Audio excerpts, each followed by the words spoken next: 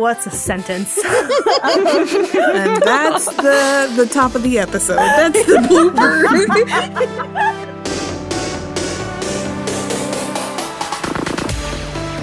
Hello and welcome to SnarkSquad Pod, a media podcast full of friendship, feelings, and snark. I'm Nicole Sweeney. My name is Marinés. And today we are joined by Sari Riley. Hello. I am Sari. I haven't been on this podcast in a while, so I'm not ready with my intro.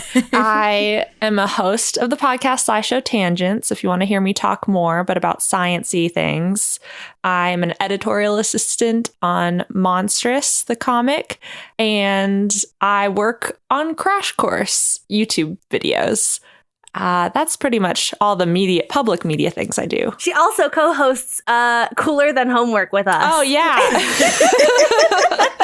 Very important. I forgot. Yeah, that was what I was trying to train my brain out of. It was like, okay, this isn't the one sentence intro. I've got to do more. Cooler Than Homework. It's great. I've never seen a Disney Channel original movie before this podcast existed. And now I've seen like 15 of them. I don't know. The middle 8 just blend together. I love the idea, though, of you getting ready to intro yourself and being like, okay, what's the fun fact I'm supposed to say now? Yeah. Let me click over to the doc. What? I'm Sari Riley, and today for breakfast, I ate a protein shake. And that will all make sense in this podcast episode. Yeah. We invited Sari to this podcast today to talk to us about The Half of It, a Netflix original movie. And in The Half of It, we meet Ellie Chu, who is friendless and isolated and sometimes picked on, but she's a bright student and she's living in the small town of Squamish. She lives with her father at the local station house. Her mother has passed away, and she helps him with his duties as station master. To make extra money, Ellie charges for essays, like she sells essays to her fellow students. She's approached by a football player named Paul Munsky, who wants her to write something a little different for him, a love letter to his crush, Aster Flores. The problem is that Ellie also has a crush on Aster. This makes her refuse the job at first, but money is tight at home, so Ellie takes the job. Ellie and Aster begin exchanging heartfelt letters and text messages full of references to art and literature and movies. Aster goes on a few dates with Paul, thinking that he's the one writing the letters, but they go badly because Paul has no conversation. So the next phase of the plan is for Ellie to teach Paul about art and literature, and as they continue to work together, their friendship grows. Aster and Ellie spend a day together also. Paul and Ellie's dad spend a day together. Paul grows to have feelings for Ellie, and he tries to kiss her, but when she rejects him, he realizes that Ellie has feelings for Aster, and he reacts badly to this, mostly because he's been raised pretty religious, so he's like, no, that's a sin.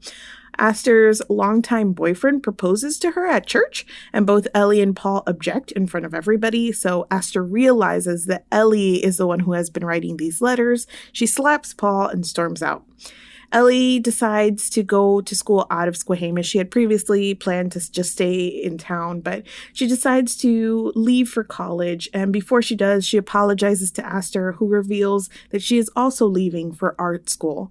Aster says she may have feelings for Ellie, but she kind of has to figure herself out.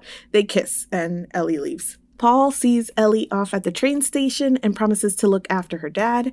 As the train rides away, he chases after it like a movie they watch together, and Ellie laughs and cries, and we all laugh and cry. The end. So, before we get into all the laughing and crying, our first question, did you like this movie, Sari? Yes, I loved it. It hit me so much in the feels, and it has become, I think, one of the most comforting movies that I have in my arsenal. I love, for one, coming of age stories. I love stories with Asian American protagonists. I love stories with high schoolers because they feel so big. And this is just like the perfect combination of all of those things, plus a queer romance, plus lots of self-discovery. Yeah, I watched it again to record this podcast. And so I've seen it twice in like 2 weeks, and I will probably continue to watch it during these quarantine times because it makes me feel so good. I also really, really liked it. I watched it kind of on a whim. My media consumption during quarantine has been all over the place. I either want to see nothing or I'm like binging stuff. And so I like binged Never Have I Ever. And then I was like, nope, still need to binge. So I just clicked this movie as like the most recent thing that had come out or whatnot. So I was also sending messages to Nicole about it. And it went from aw to, oh no, I am having a lot of feelings. Like this movie gave me all of the feelings, and it is coming of age. And the thing is that it is, I guess maybe it's an intersection of a lot of our identities, but also like the immigrant story there like got me in the feels, but it's also like a friendship story, and just all of those things together were just really well done. It was also really beautiful to look at, and I enjoyed this a heck of a lot. I did not rewatch it for this podcast, but only because I was like, I cried so much the first time. Like, I will rewatch this movie, but I don't want to cry right now. So maybe at some other point I will see it again, but I enjoyed the heck out of it. I also loved this movie, so we're 3 for 3 on that. So that's what you're signing up for, dear listener. I also sobbed like a baby during my first watching experience. Mari warned me that it was emotional because she watched it like a couple hours before. Like she was messaging me and I was like, cool, I'm gonna watch this now too. Like she warned me this was coming. The movie literally warned you this is coming. One of Ellie's first lines is, "This is not a love story, at least not one where anybody gets what they want." I had all these warnings, and yet I just didn't know. I didn't know how much I was gonna cry. I cried a lot. In spite of that, I did rewatch this movie last night as like preparation for this podcast, but also because I wanted to. I will say that I did not cry nearly as much on my second viewing. I still cried at the end, but I feel like I cried less and laughed more the second time around, if that helps you at all in trying to time your next viewing of this film. Yeah, it's kind of a comforting cry. Like I knew when I was going to cry and I was ready for it. And so I was like, yes, wash me away, movie, with your feelings, and I will be ready to cry at the end. Okay, well, we all loved this movie. We all laughed. We all cried. Let's start with Ellie Chu. How did you guys feel about her as our entry point into this story? Tell me why you loved Ellie Chu, because I know you did. I'll start by saying that it wasn't until after I finished the movie that I realized who the actress was. We are recapping Nancy Drew on SnarkSquad, so we Leia Lewis is on that show, and then I watch her pretty frequently. Like, I've spent hours recapping the show, and I had no idea. I don't know why. Well, I do know why. It's like the magic of ponytail and glasses. Yes. Like, suddenly she was like a different human being. Truly, it's wild watching Nancy Drew and watching this. I know it's a joke that like ponytail and glasses, but like for real though, she looks like a different person. Like on Nancy Drew, she's like super done up, and on this she looks like a baby. She does. I think that was the main thing, is that she looked so much younger to me in this. And I think that on Nancy Drew, she has a similar edge to her character that Ellie Chu has, like a little bit of hardness, but otherwise they are very different characters. So all of that put together, I was like, oh my gosh, at the end when I was like, oh, I know this actress. But apart from just being well portrayed and having that kind of like quietness, hard edge, a little bit of sadness, and there was something very like observant about the character as well, that I think fit like the framing of the movie. My heart went out to this girl and just her situation that she found herself in, and the kind of like response that she had to it. You could sense that she was isolating herself in a certain regard. And so her coming of age and her like journey of self-realization had a lot to do with just like letting people in and letting down her assumptions about other people. And what this movie is teaching us a lot is about like the different types of relationships and love and expressions thereof. So watching her experience that and go through that, like I was just like there for all of that. And by extension, I was there for her as a character. Like that's a great journey to go on. So yeah, I was totally in for Ellie Chu. What I really appreciated about her is just how honest she was throughout the whole movie. Quiet and honest. And very clearly she was an outcast. Very clearly she was bullied. But as soon as Paul became a part of her life, she would answer his questions honestly, if not like with a grand story about her suffering. But when he wanted to know her favorite food, she said braised pork. And that became a little motif throughout the movie with like something that he paid attention to, or the way that Paul would constantly bring up his sausage taco. And then Ellie was writing letters to food critics. And she just was so caring in quiet ways, in ways that really resonated with me, and in ways that really resonated with an immigrant story, I think, where her relationship with her dad was so understated, but it was kind of implicit that, yes, she would take care of him. Yes, she would do whatever she needed to at the railway station to keep it running. And yes, she would not like ask for anything in return. She would just make sure that they sat together, they ate dinner, they lived their lives. And her honesty and her quietness and her quiet caring came through with her relationship with her dad as well, just in the way that she took care of the train station and she made sure he ate meals and would spend time with him watching movies, even though that meant she stayed up late doing homework.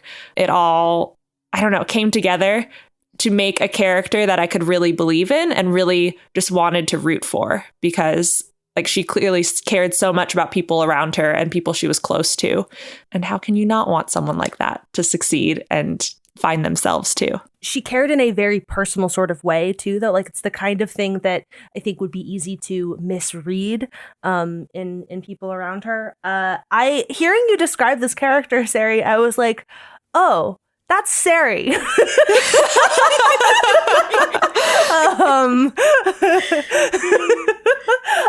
So that makes a lot of sense to me about why you loved this movie. Quiet, snarky, smart, caring. Yeah. Yes. Yeah, doesn't always know how to form relationships, but when I have a friend, then it's like, here, let me show you my love in all these small ways. So that's delightful. I 100% would believe that you also had a small business writing papers for your classmates as a teenager. If you told me that right now, I'd be like, yeah, that checks out. That makes sense. I was trying to think whether I did. I never asked for money, though. I would just like help my friends with their homework. I would stay up really late while they would play video games and be like, well, here's my homework. Do you want to copy it? Oh my God. Or like in the biology class, I would like finish my test and then my friends would be like, could I see your test? And they would just take it and pass it down the line and then eventually make its way back to me. Yeah, I should have been making money though. That's amazing. I was gonna say, yeah, so you were just missing Ellie's entrepreneurial spirit. That was that's the critical difference. Yeah, the friendship was the currency that I wanted.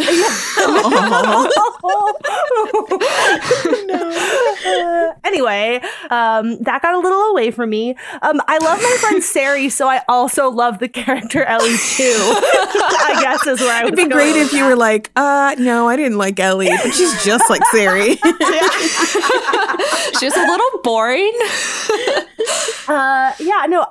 I really, really loved this character. I think part of the magic of a good coming of age story too is all of the ways in which you can see pieces of like your own experience in that, even with a character who is ostensibly very different from you.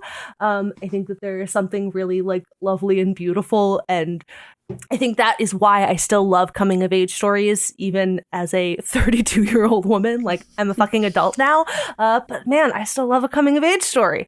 As we have talked about at great length on this podcast, all of the sort of small town feelings, all of the like, this place is sort of suffocating me vibe, there is something about watching characters with that vibe that, like, as an adult, I have an awareness of all the ways in which being a snarky little asshole is part of is part of the problem. I want to be like, oh man, I get it now. I didn't get it then that, like, I was making things worse for myself by being a snarky little asshole.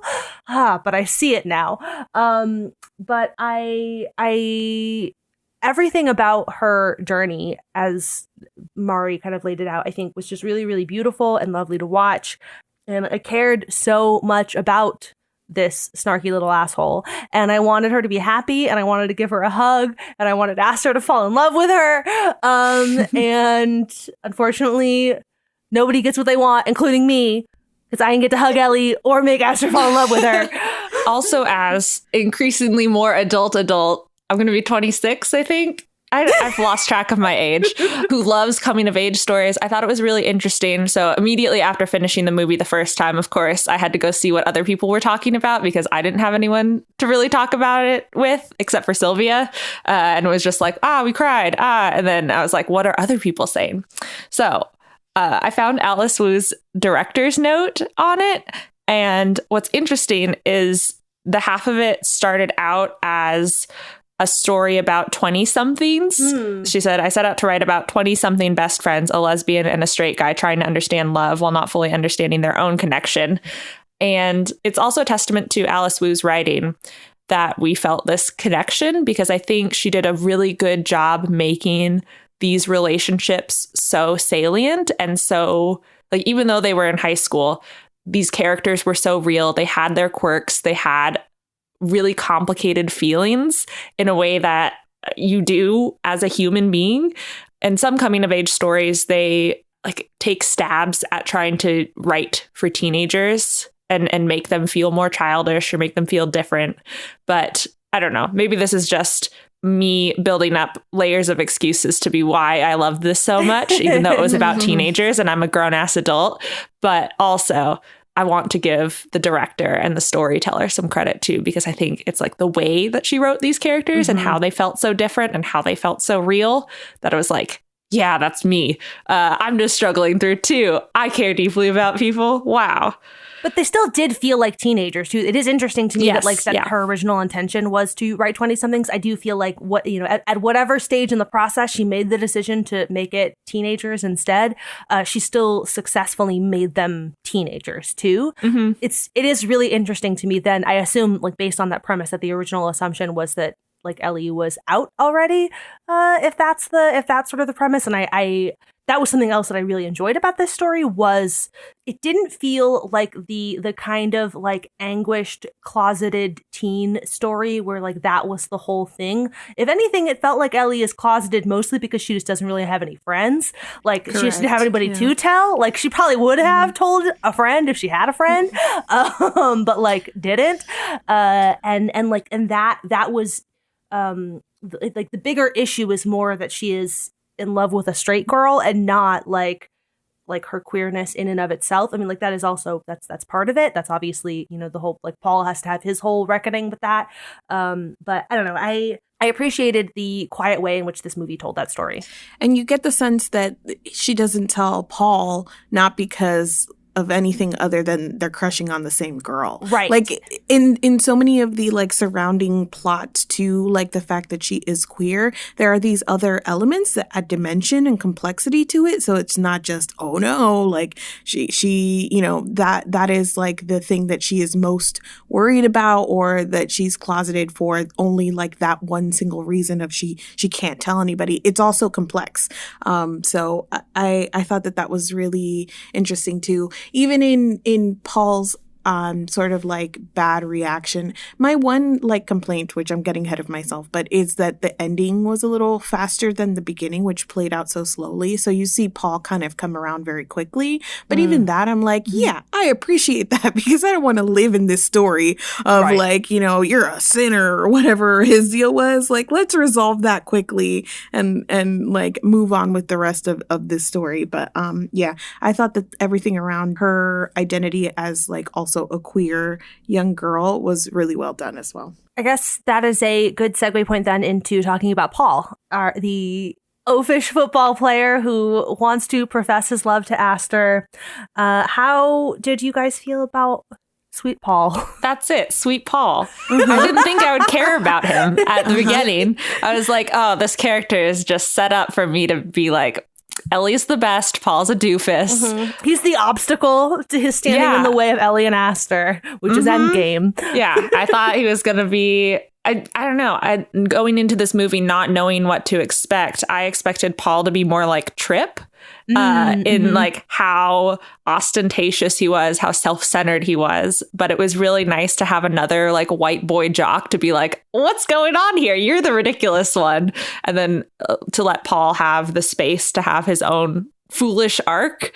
And I appreciated how Paul started out just being like the dumb jock who had a crush on a girl for no other reason than she was cute, because that felt very realistic. That felt very telling of his character.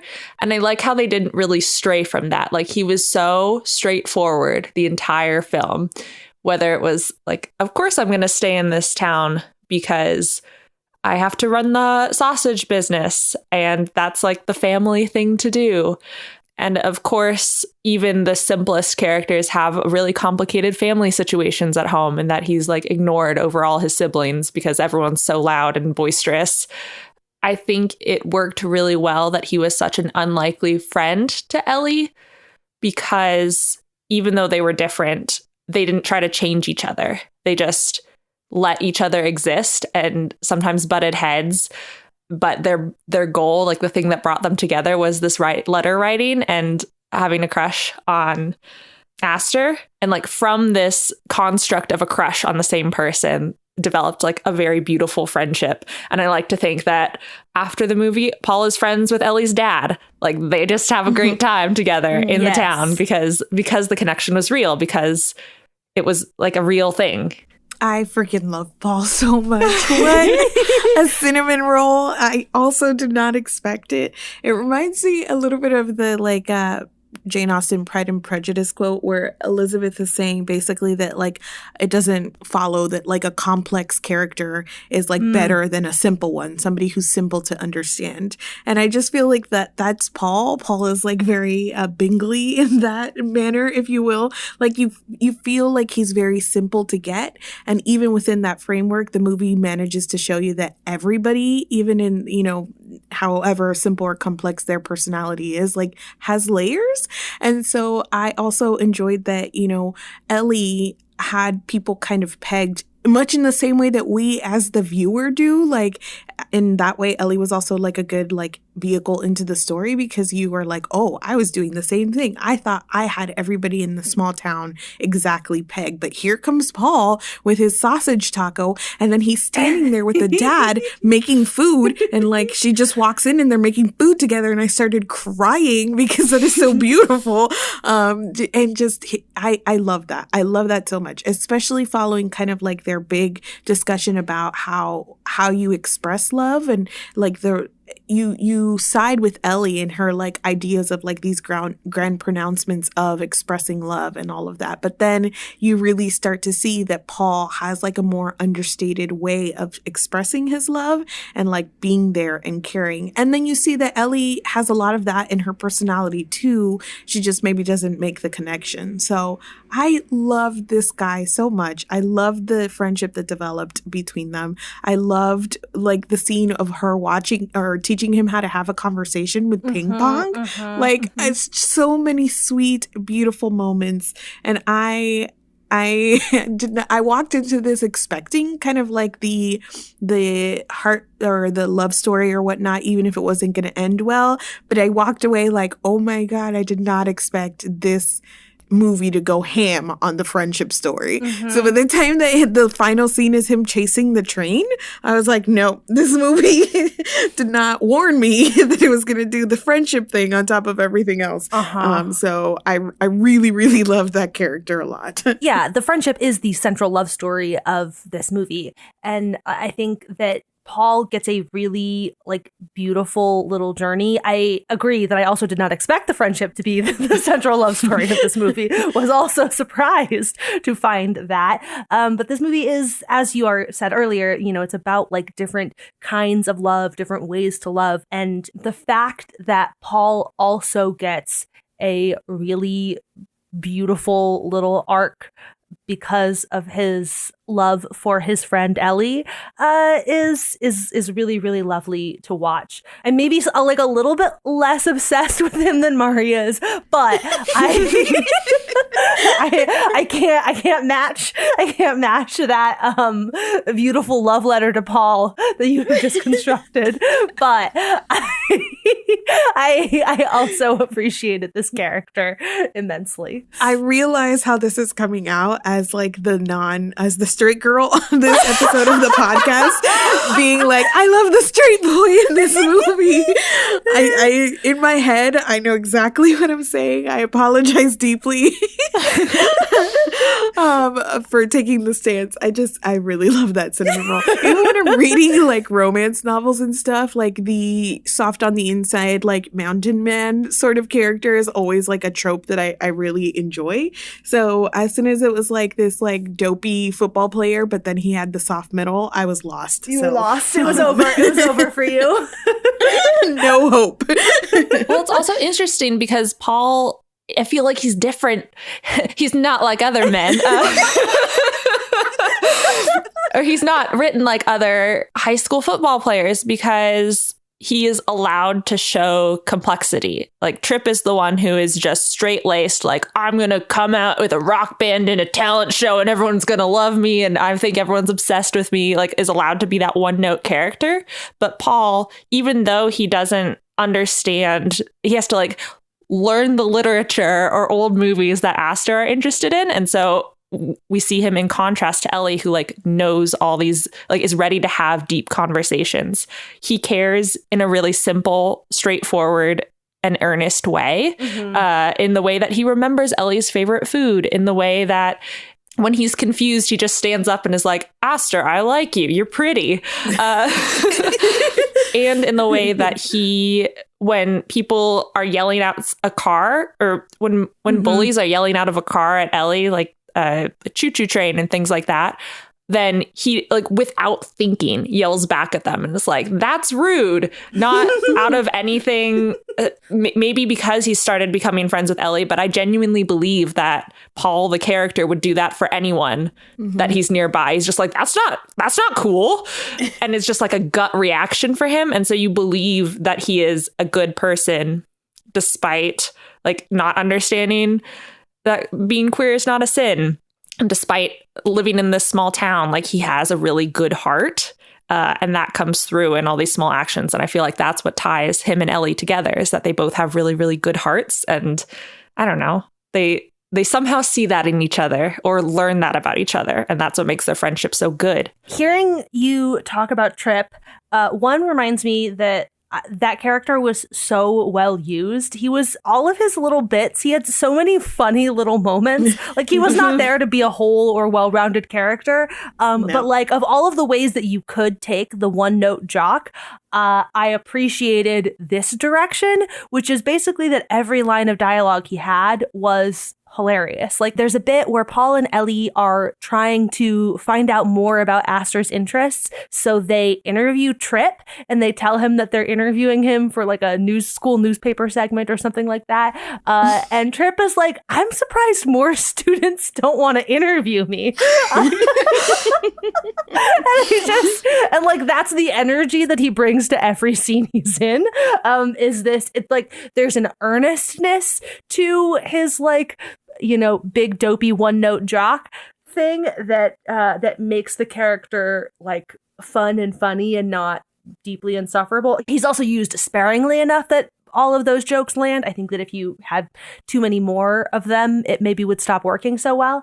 But a thought that I had like just now is that I also think that there is a degree to which this movie is incredibly grounded in Ellie's perspective of the world that also kind of makes me wonder how much of Trip we are meant to read as that actually being Trip versus Ellie's perception of Trip, if that makes sense.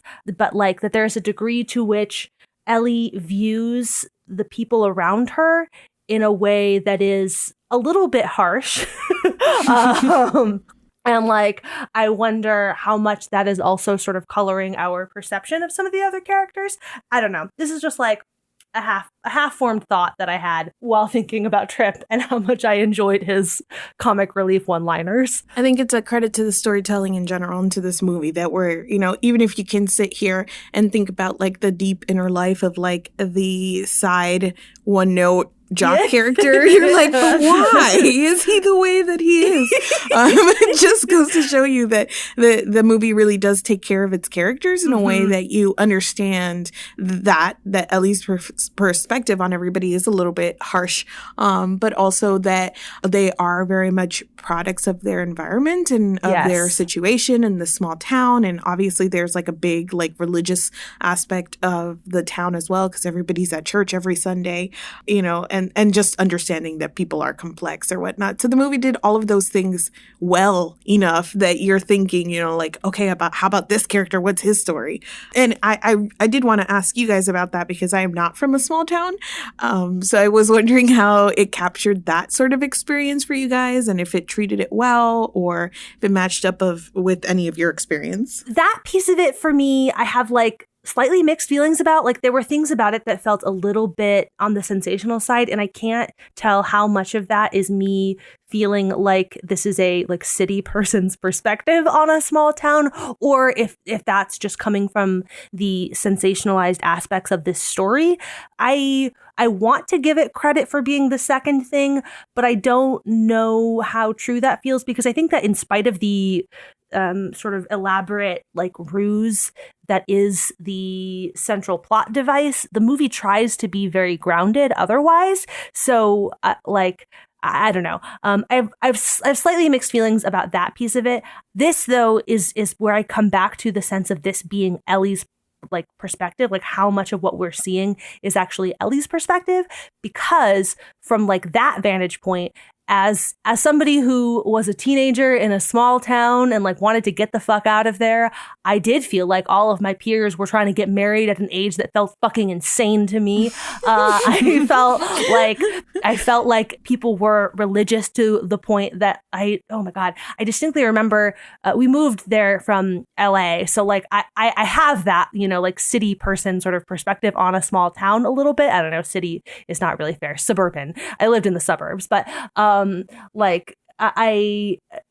I distinctly remember one of my first classes, one of my first days of my geometry class, sitting next to a kid, and I had like dark purple hair at the time, who asked if my mom was ashamed of me.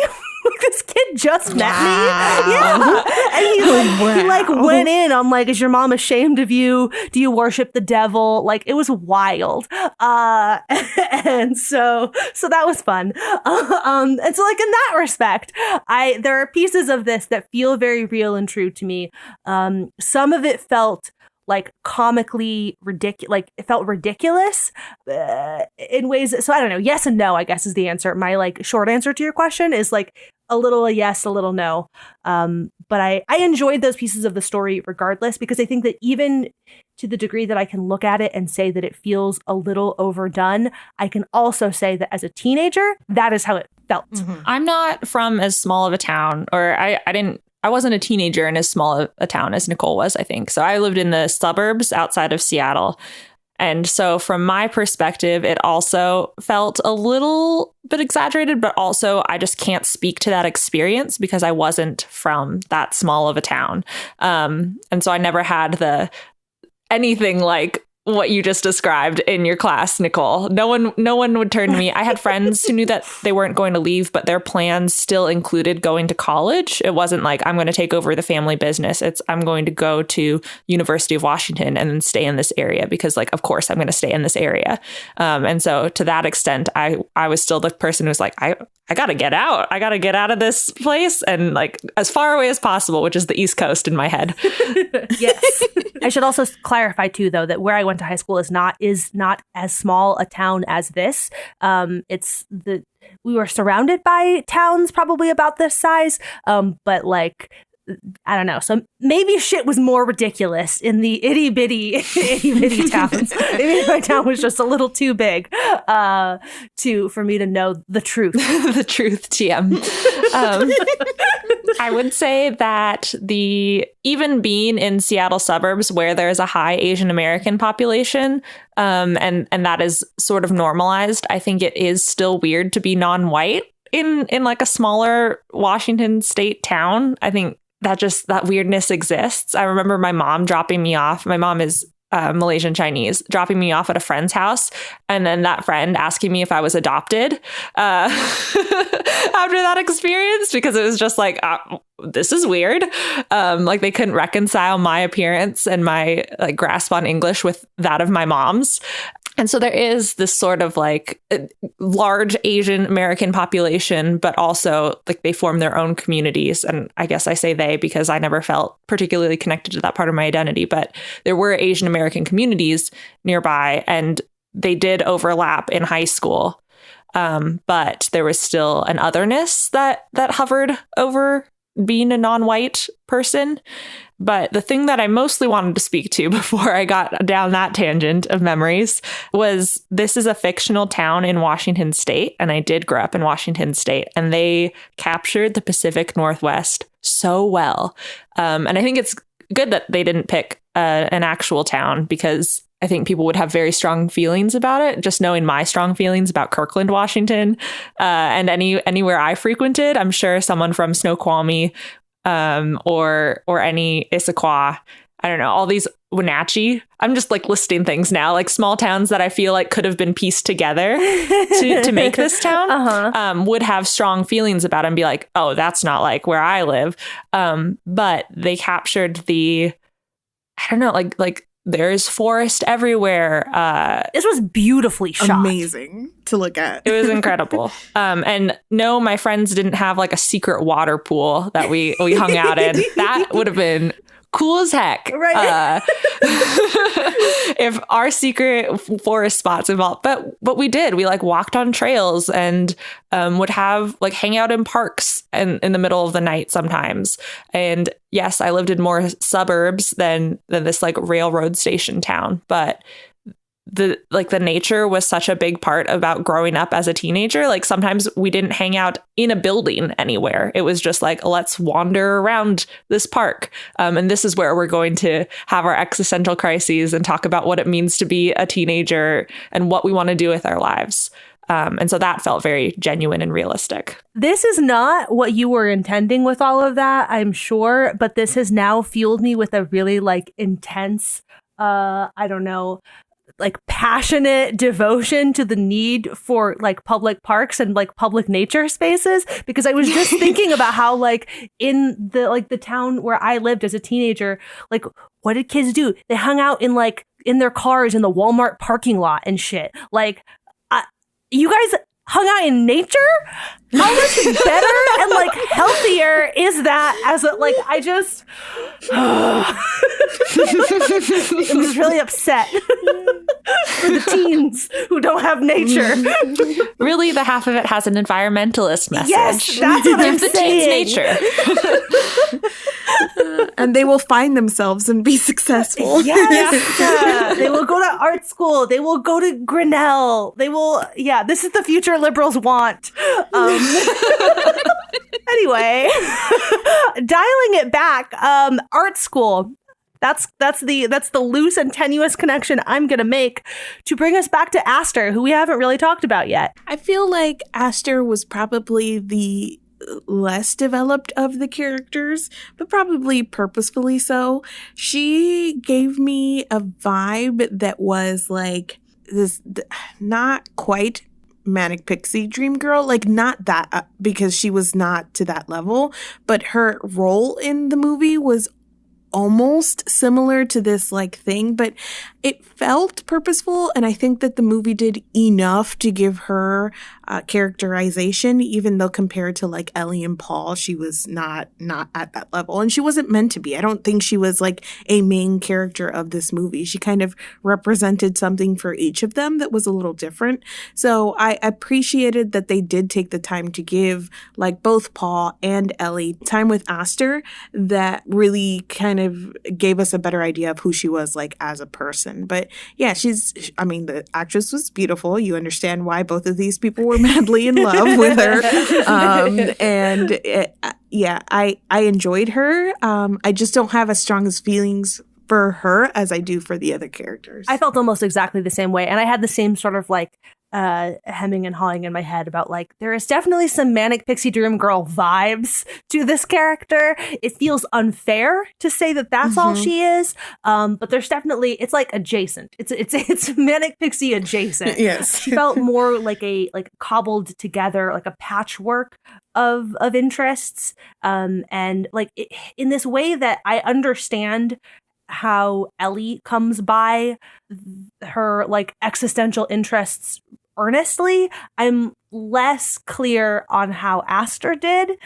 Like that felt like there was missing something there, but not in a way that actively took me out of the story or like ruined the thing for me. It's maybe a thing where I think like it could have benefited from an extra like scene to give her more.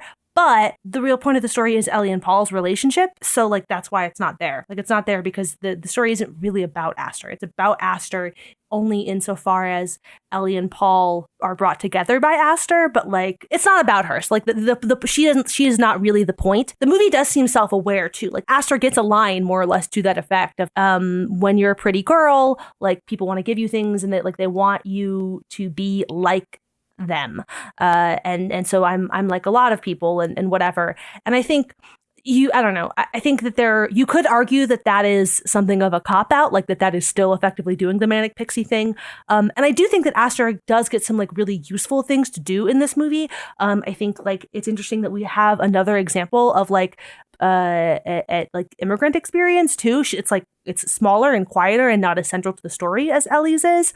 But like you can see hints of the way that she has like has a different experience with that, and like that is part of what shapes her. We just don't spend a ton of time with it because the story, it's not about her. It's not her story. I agree with both of you in that Aster doesn't seem like isn't meant to be a central character to the story.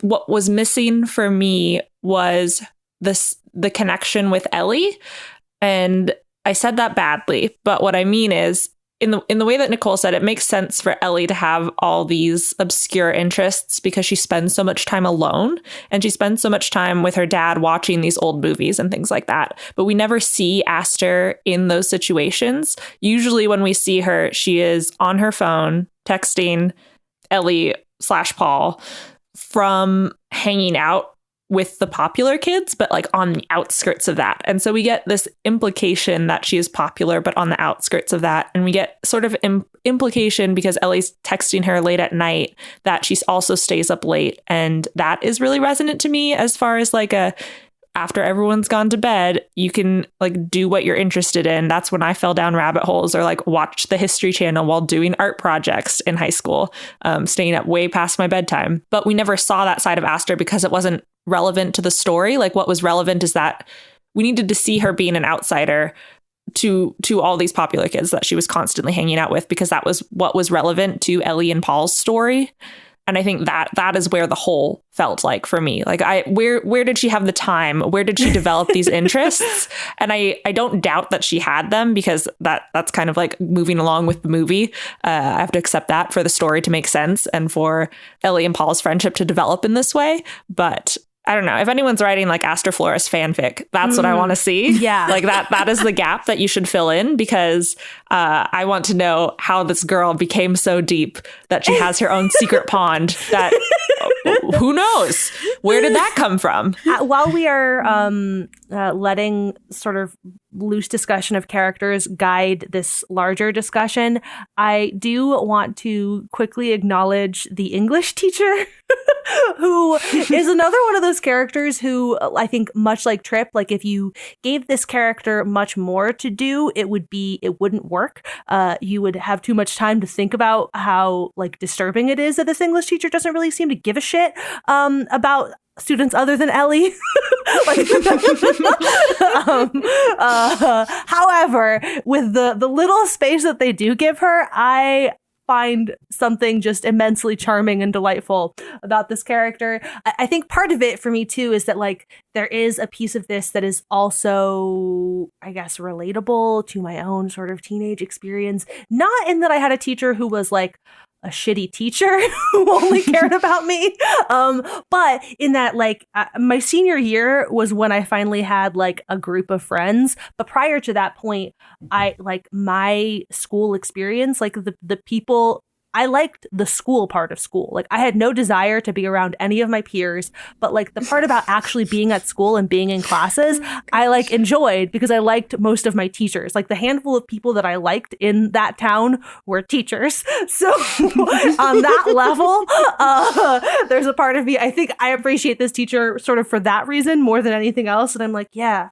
And I think that I think you couldn't have given her a bunch of teachers that she like liked and connected with. You had to kind of just give her the one, and also give her some just like really, I don't know. It was funny to me. I think again because she only had a handful of places to appear in this movie, it ended up playing as funny to me that she liked the fact that Ellie was writing all of her students' papers because she didn't want to have to read their actual thoughts.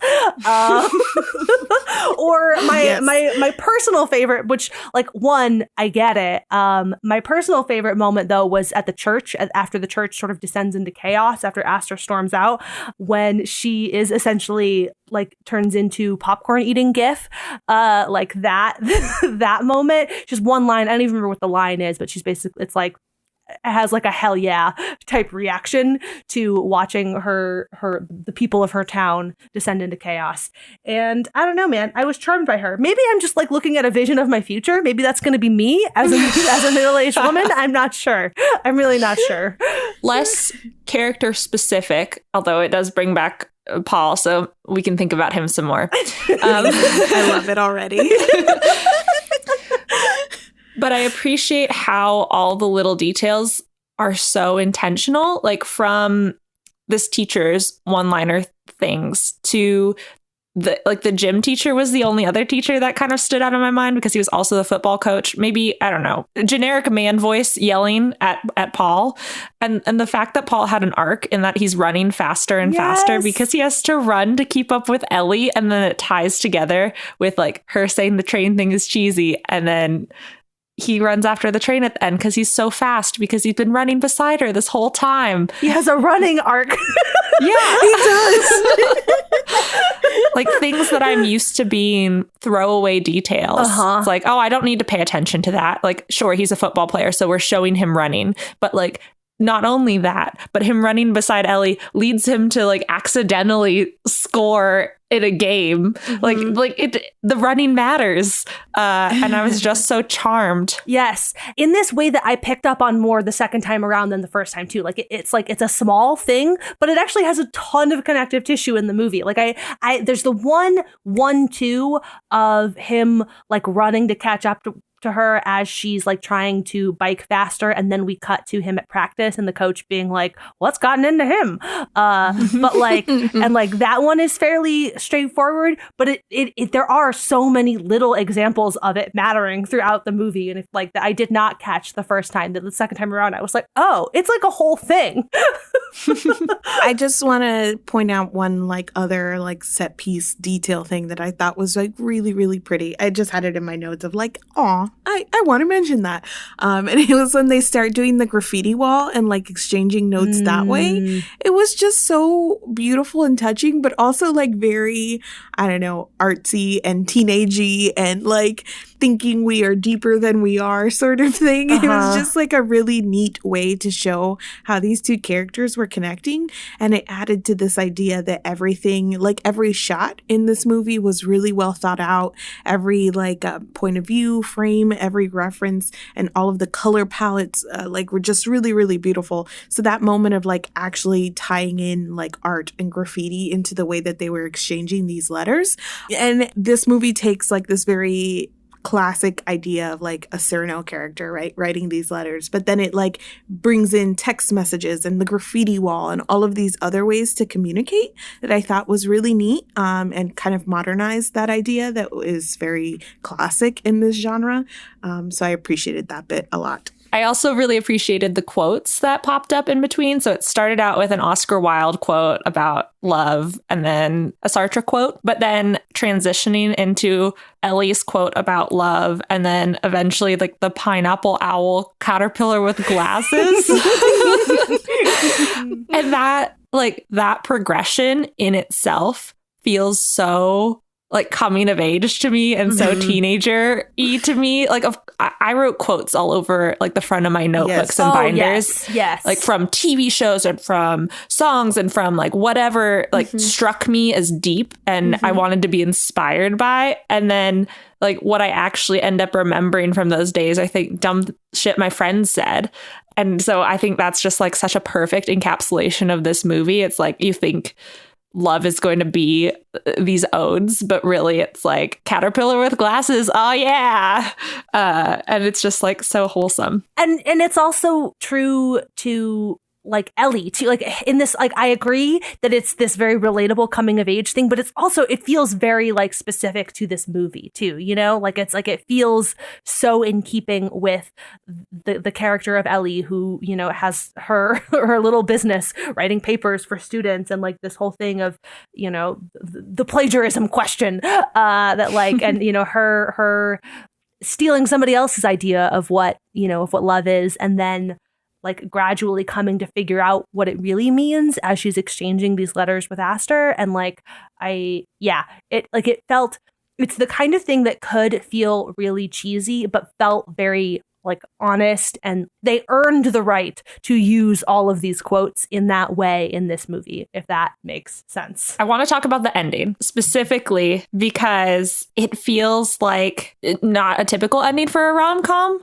We've been talking about the train scene with Ellie riding away on the train to college and Paul chasing after, but also there's that whole scene where, like Mari described at the very beginning, where she apologizes to Aster. We learn that Aster's going to art school, and then Ellie and Aster kiss, and it's just kind of left unresolved. There are so many things left unresolved and so many questions we have about these characters. And I thought that was like such a beautiful way to end a movie about relationships, because like that's how deep friendships go sometimes, is like you have people who are so meaningful to you for one small period of your life, and the time can never take that away from you, but we have no idea if these stories will intersect again. Like they have grown because of their friendships with each other and because of what they've gone through with each other. And now like, who knows what's next? And I like that the ending of this movie almost feels like a beginning of 3 separate stories that I also would love to hear about, because I want to see, I care so much about these characters that I want to see who they grow up to be. I also really liked that it was kind of like resolved but unresolved, because there are people out there that marry their high school sweethearts and that's their story. But for the majority of us, I would say like that's not our story. And the person that you first fall in love with, like you change as a person, and that doesn't hold. Media so often represents like your first love, your true love. That's it. So anytime we get a story that is like your first love, I don't know, and then like moves on, I love that so much, because it teaches you that like, yeah, you can feel strongly for somebody, and they can be very important for you for a period of your life, but there is a certain amount of moving on. And maybe their stories do intersect sometime in the future, but we don't know, and that's unresolved. And this story felt complete, this one that we got in the movie, while still leaving it open for like that sort of, this whole movie is about like feelings and like that deep longing. So leaving it open in that way where you're just like also longing, like, I want to know what happens. Like it felt so true to the story that was being told. It was part of the reason that I walked away with so many feelings, because it did leave it kind of hanging open. But I liked the ending. I mentioned before that the last third of the movie felt a little bit rushed considering how slow and thoughtful the rest of it was. But in general, the ending, I was happy with it. As Astor puts it early in the movie, all that unrequited longing. Yes. And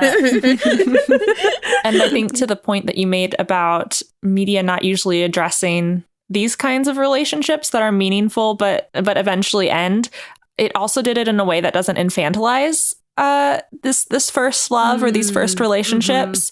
Like it really let these teenagers feel their honest feelings for each other.